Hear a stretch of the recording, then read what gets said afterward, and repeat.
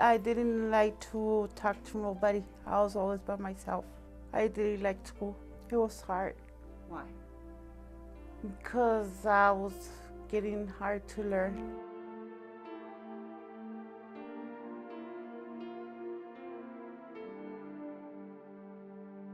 Delfina has always been a very lonely person.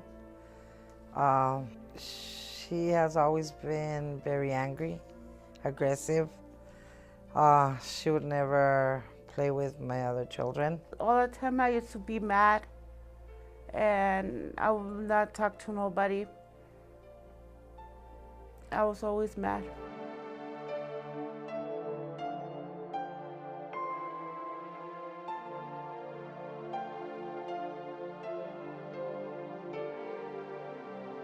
And they did take my kids away from me for almost 2 years.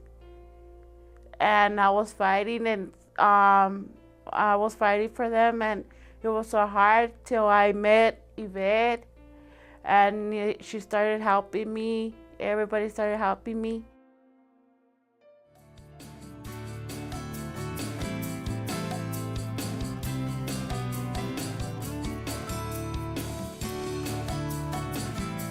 The most rewarding thing is actually seeing her now.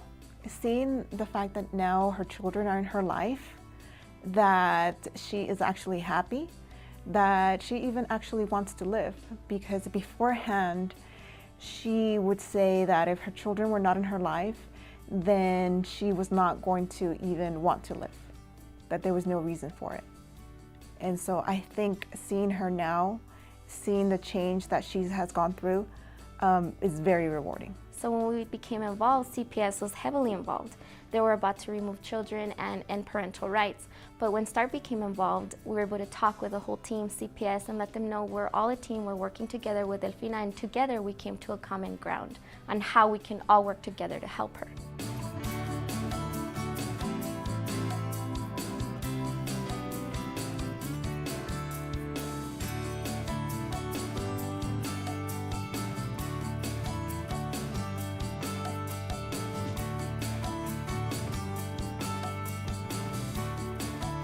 And this program was developed specifically for the IDD population because they had a lot of challenges. They had verbal challenges, they had medical challenges that mental health professionals could not identify. So there was times where we've encountered individuals that had IDD who were suffering from gastrointestinal issues, and no one was able to find that out because they just treated what was visible, which was the MH symptoms or the IDD symptoms. Because it's easy to describe someone as angry and upset, but what is causing that anger? Is it anger or is it frustration that they're not able to communicate the way any other person or express what they're really desiring or what their goals are? But prior to the START team being established in El Paso, individuals that had a developmental disability that went into crisis would go through the exact same system that an individual with a mental health diagnosis that experienced a crisis. They'd go to an emergency room. And again, our emergency rooms are not equipped to really handle psychiatric crisis.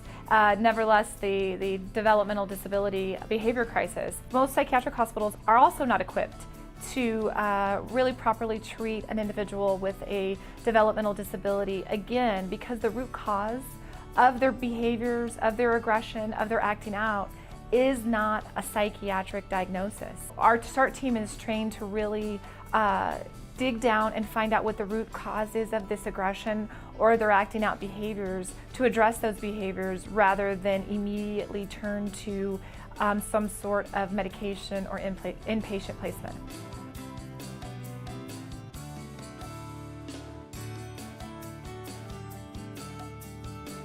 Before I was thinking that nobody cared about me, my family, or nothing. And when START got involved, there were too much people, and I started thinking that they did care about me. And I started fighting my depression.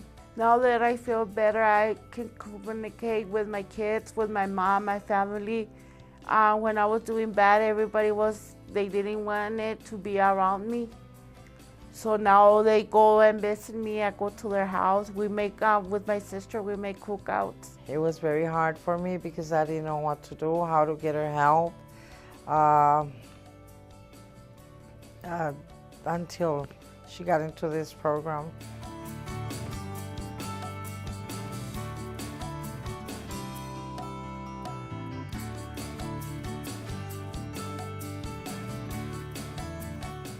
I feel like I don't have to worry anymore, and I thank them for giving all the help they've given my daughter.